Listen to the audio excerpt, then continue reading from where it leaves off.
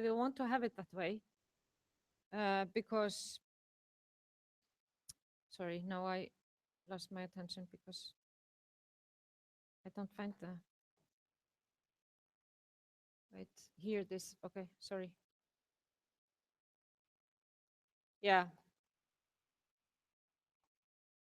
Maybe it's good to concentrate on one thing.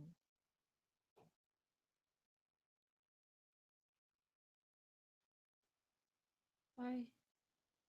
Can you see where I can open? Oh.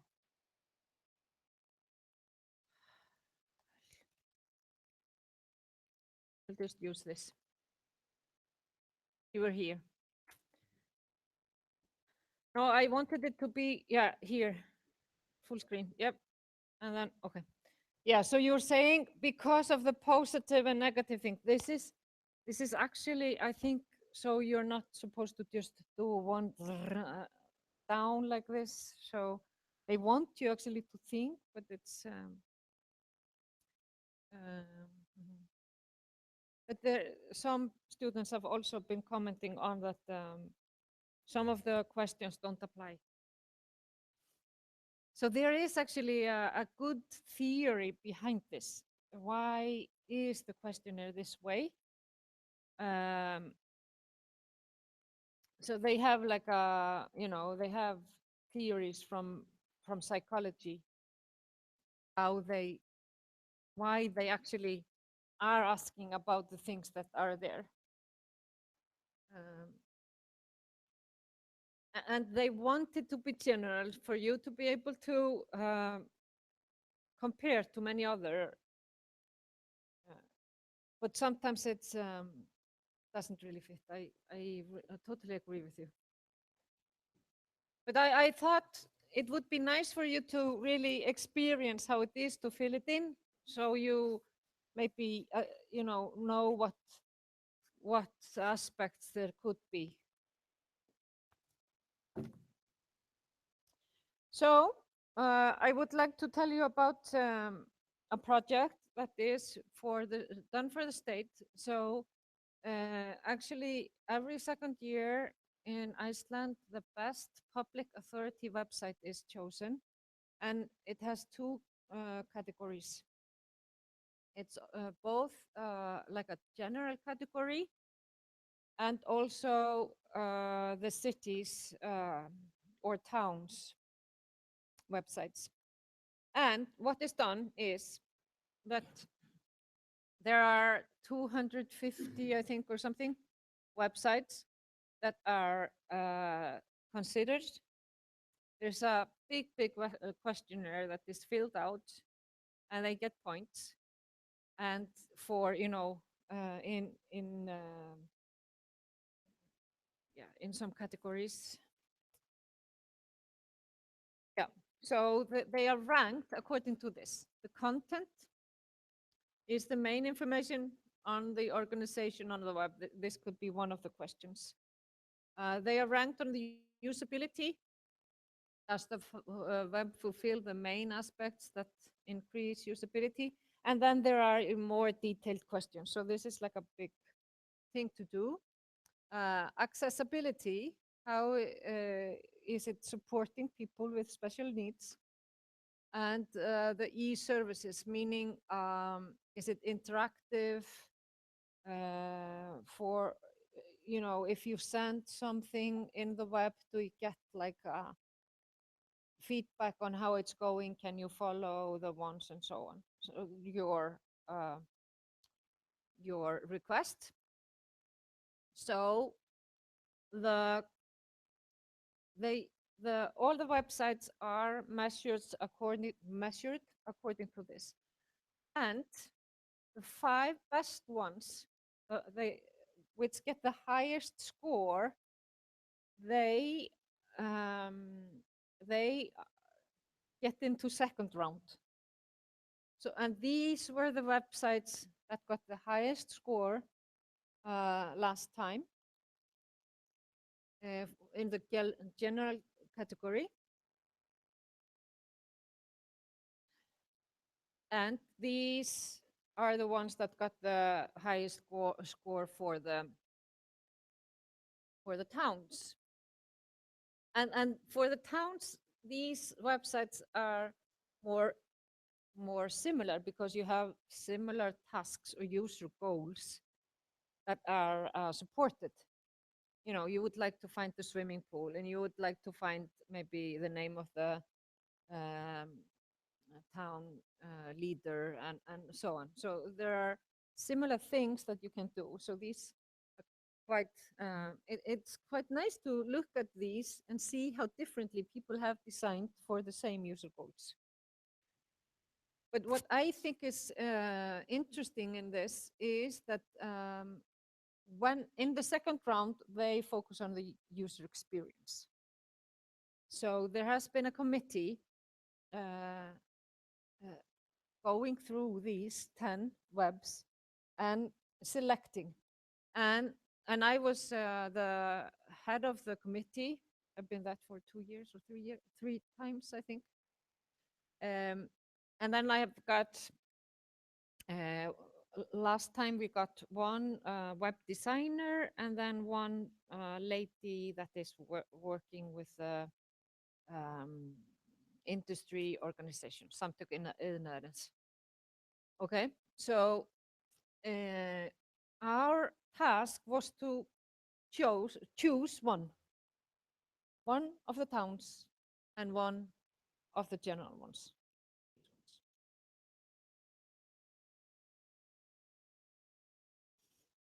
So what would you do if you get this task of choosing one?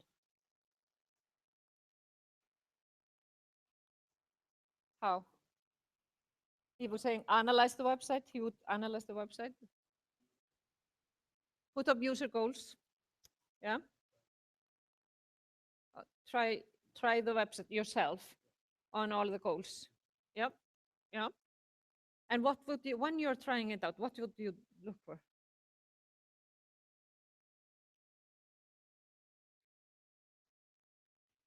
Hard to find things. Yeah. Mm? Yeah, the organization, the structure. Yeah. Others? What would you think? Does it look good? Yeah. Attractive, reliable. Okay, not having errors or slow or fast. Yeah. Yeah, right. Check if it also works on the cell phone, if it's responsive on yeah, different equipment. Yeah, is there help? Yeah. So this is actually what we used. We checked how is it to find your way? Yeah, how is the structure? Like you mentioned. Is it obvious where you can click?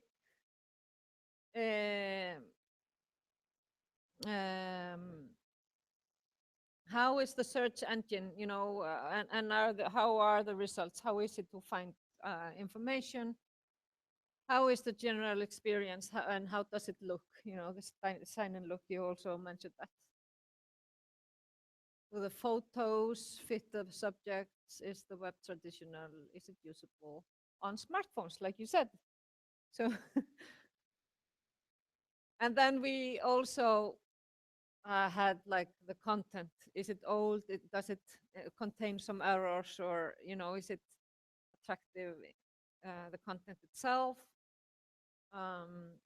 Is there much noise, like very much that you don't want to read? Yeah. So this is what we did, and we had the fun thing was that we had complete authority, and then we were supposed to say, this is the one that won. And could you tell just from the, like, if you look at this, can you imagine which got the first prize in this category? No.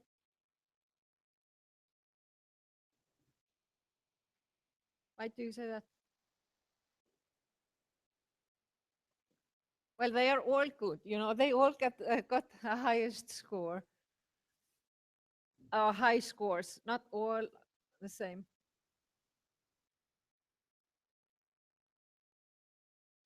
Top right. This one, yeah, the same as you said. Yeah, yeah. This one was actually the winner. This one. Right, but the look was not not all. So, well, we thought we had all of us had the positive feeling about this, but you know, you have to try it out. This web is collecting actually very much information, and it is really, we thought it was structured. The fun thing also is that we go, the three of us, and we check all the webs separately, and then we come and discuss it. And for both of the winners, we really agreed, you know. So that was made us more confident that we were doing the right thing. Yeah, but maybe the look, not all like the look. Here, uh, uh, actually, it was Akranes that got the prize. It doesn't look that good when you adjusted the screen resolution. And we had a little bit of a problem choosing here, but finally we chose Akranes.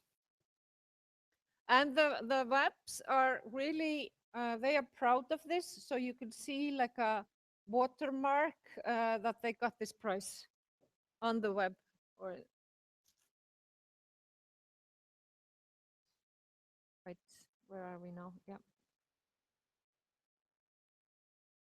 Okay, so now we have really discussed that user experience can be measured, and there are some like things or issues we should be considering, and we can emphasize when evaluating the user experience. But can we make goals for it? What would you think? Can we say, well, we would like the user experience to be 5? Is that, can we, can we like, yeah, right, mhm, right. Hmm. Hmm. But then, like you were doing here, you know, you were judging this, and maybe you would like all your users to find it professional. So you would like, then you could have like the goal that no user rates it below 4, or the average is 4 or something. So you're totally right. It is possible, but then you have to define what you are measuring. Yeah. And this is what I will be talking about now. So we have both quantitative goals, and these are measurable. I mean, these are the ones that you can measure. So you could either have goals for the, like this is for the usability. So 80% of the users should use less than 40 seconds to log in. This is the efficiency. How long time does it take? But you could also have some goals for for example, the attractive questionnaire. And I actually think that in the software industry, as the software industry is now, this is getting more and more popular. Having some measurable goals, and then trying to, do everything to design and make the software so you receive your goals or reach your goals. Of course, there are also qualitative goals, but open and very wide goals like the system should be easy to use these are really hard to say. When have we achieved the goal? When is how do we know that the web is easy to use? So defining quantitative goals has the strength that you can say, well, yes, now we have achieved the goal, or no, we haven't reached it, and we need to do this and this. We have to improve by like half a minute or something to be able to reach the goal. So we know what how the status is now if we measure it, and we have a goal, so we can try to head to the goal or try to reach the goal. Yeah, I wanted to show you this video.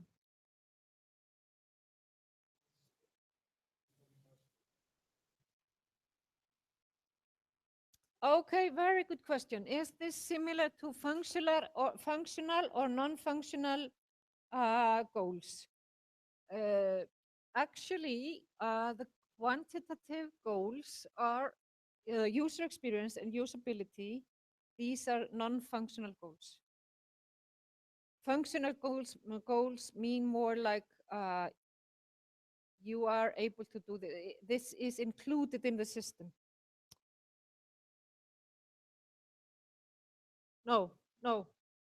So these are both non-functional because usability and user experience is non-functional. It's a quality aspect. It's not. So functionality is more, are you able to do this? Is it in the system? Okay. And so is this function included in the system?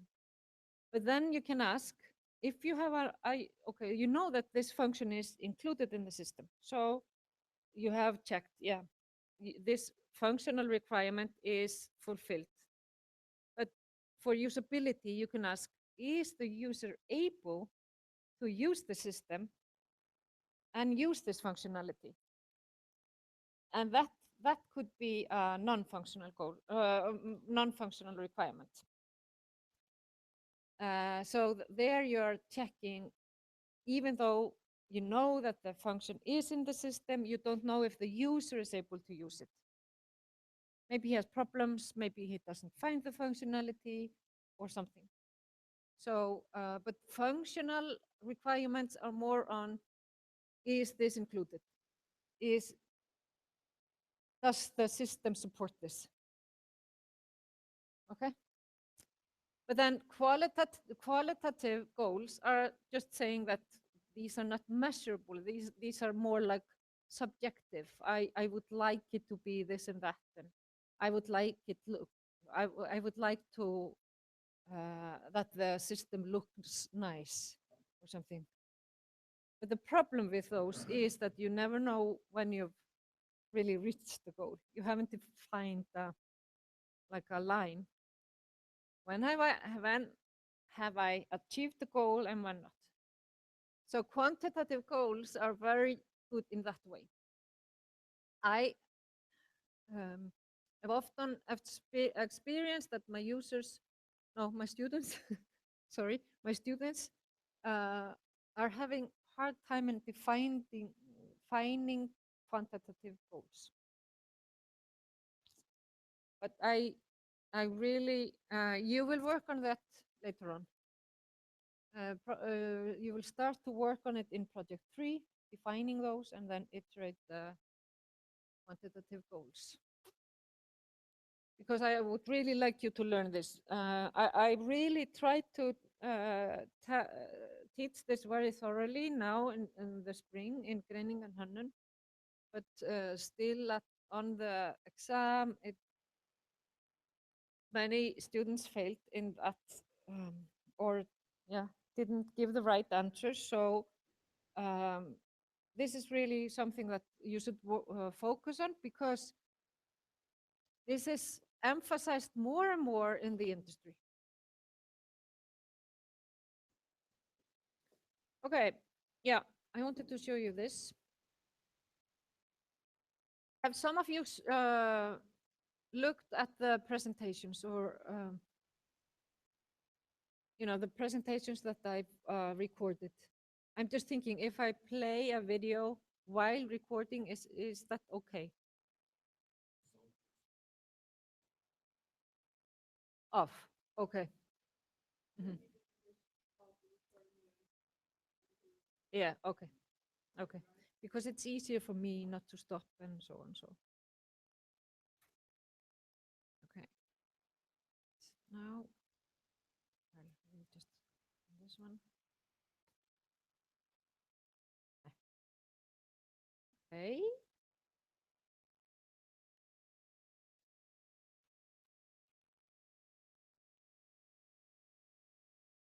Okay.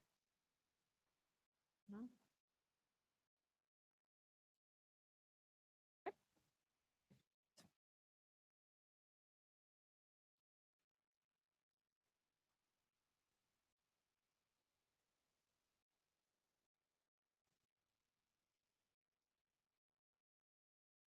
There's no sound.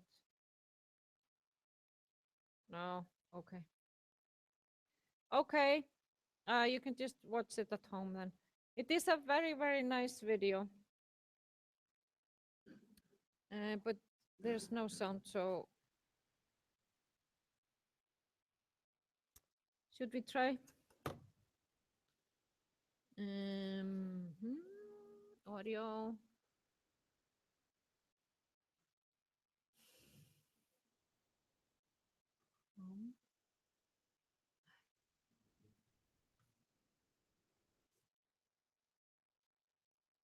Uh-huh.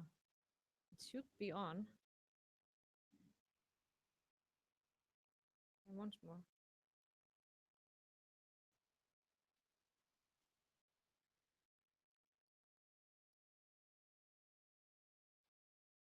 I don't know what the problem is.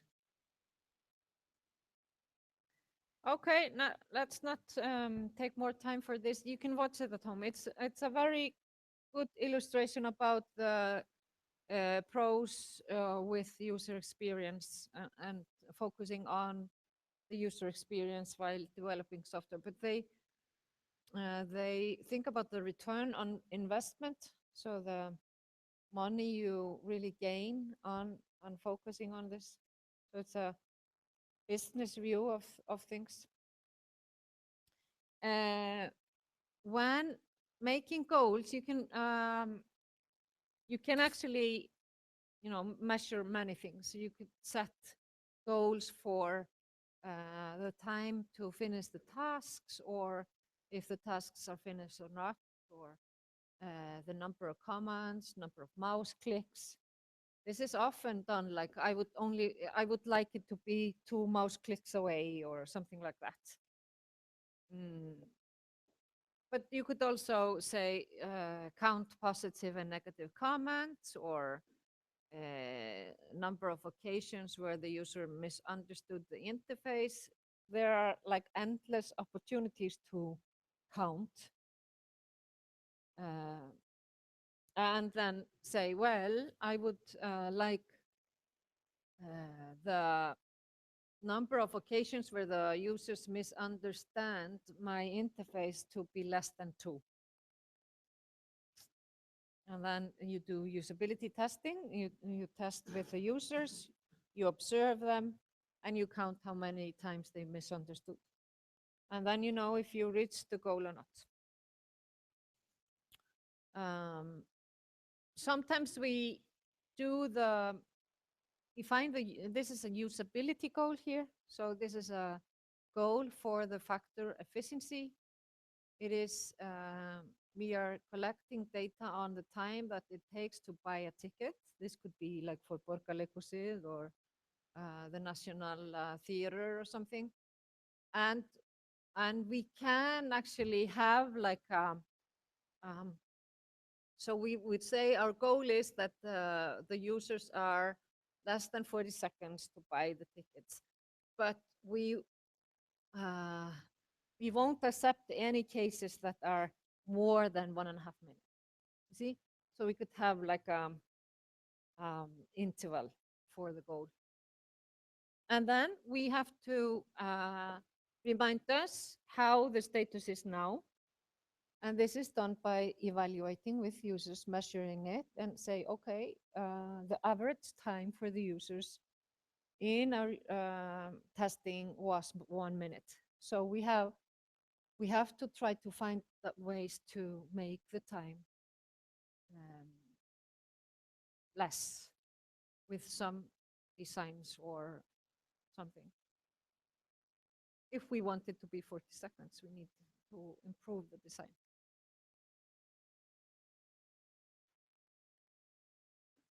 And of course, the the emphasis in the goals really relates to the type of the product.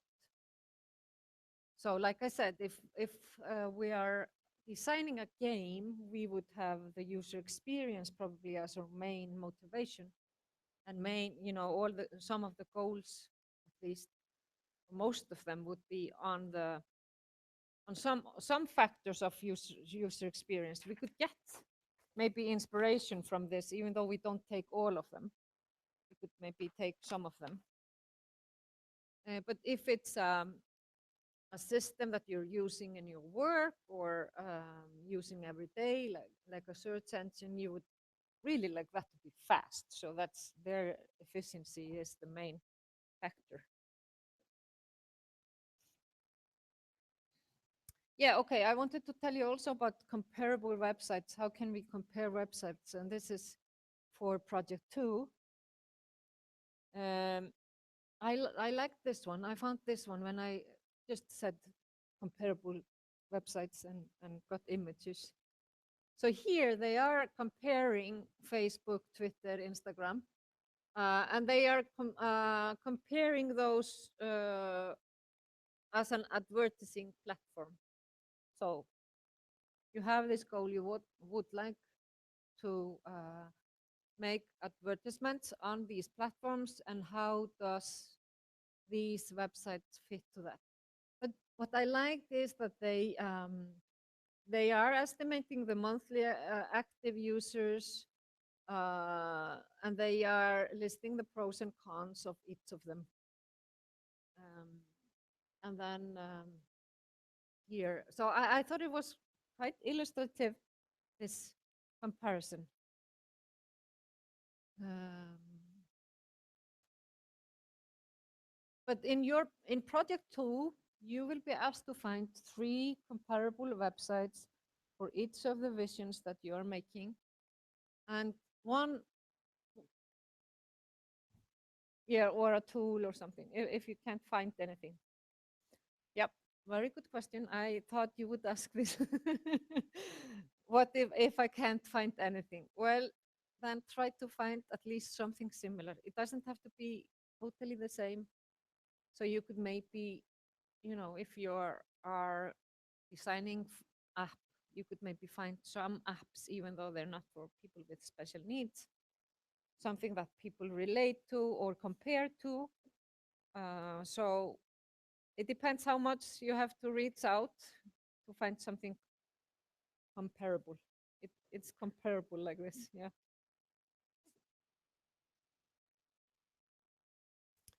But it is very, very important to understand the competition, because let's say that you are a software house and you have these 3 visions and you don't know which one you would actually like to develop further. So you have to know what is on the market, who am I actually competing with. That is one thing, and the other thing is that you can learn from them. This is also if like if you ever get a chance to redesign a website, like I told you about the student loan fund, that I was asked to give them suggestions for their website. And the first thing I did was to look at the student loan fund in Denmark, Norway, Sweden, which are similar, and they are solving the same things. They are giving money to students, they're giving information, they are, so uh, uh, there are designs out there which are solving the same user goals, and you can learn. You can take like one good idea from this and one good idea there, and put in your marvelous design. So it's both good as an inspiration for good design, and also to know if actually your idea is valuable to go further and develop. So you can learn from them other design solutions, and you can assess both positive and negative aspects. Here I have, these are old snapshots, but these are really competing, the WoW and Icelandair. And they had, at that time at least, a little bit different approaches how the first page was. Here you could start to book directly, but here you had to say what you wanted to do.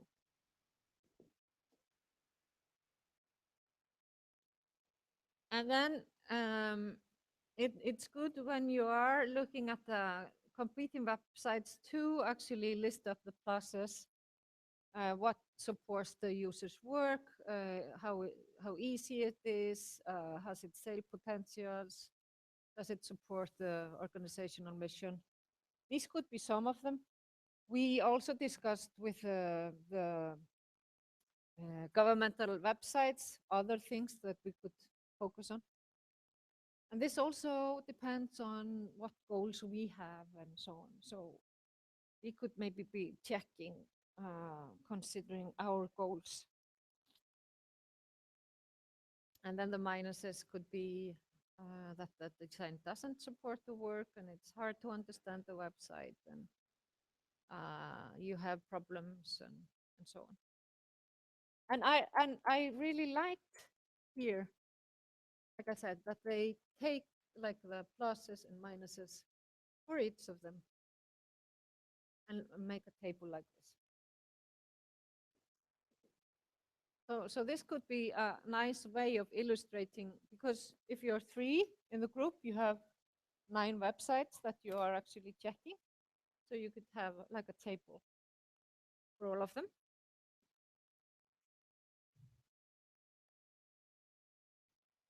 Okay, elevator statement. Okay, I think we have to wait until next time. I can do the elevator statement then. It doesn't really matter,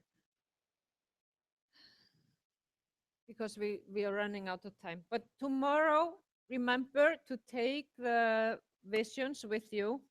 If you don't have it on paper, you should bring the laptops to be able to show people. You could show it just on the blog.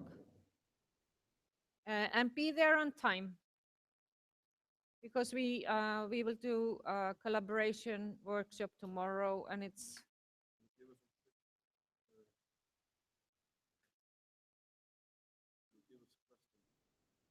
for the people. Mm.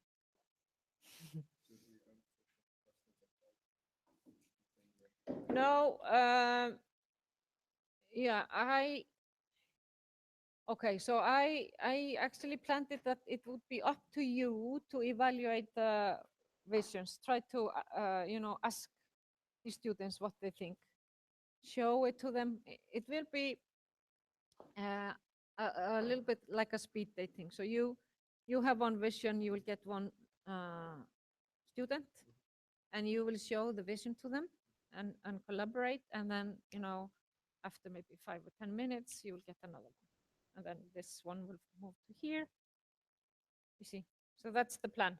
So that's why it's very important that you're all there, because this is a setup that it's hard when somebody are coming and going and so on.